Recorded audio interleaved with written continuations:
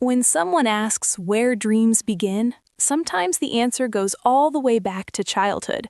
She once said that when she was little, she would tell everyone the same thing over and over again. One day, she wanted to play in the biggest league possible.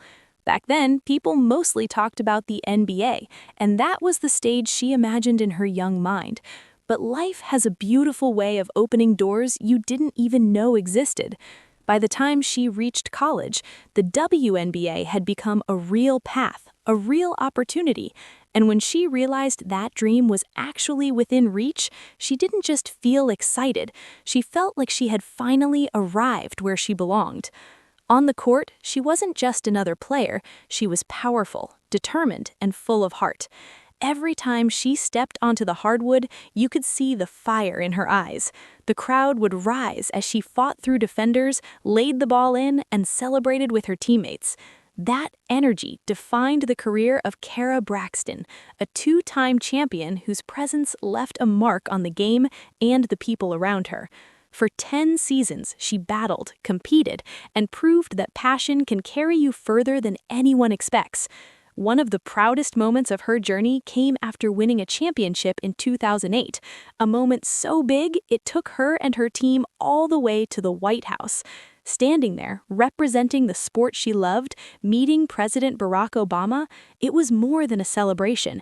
It was proof that years of work, sacrifice, and belief had led to something unforgettable. And yet, even with all the success, she stayed grounded. She often said she was just grateful to be somewhere she was wanted, somewhere she could contribute and inspire others.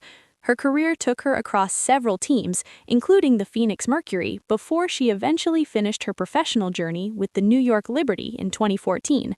But long after the final buzzer of her career, people still talked about what she brought to the locker room, her passion, her leadership, and the way she reminded everyone that being a professional athlete meant more than just playing well.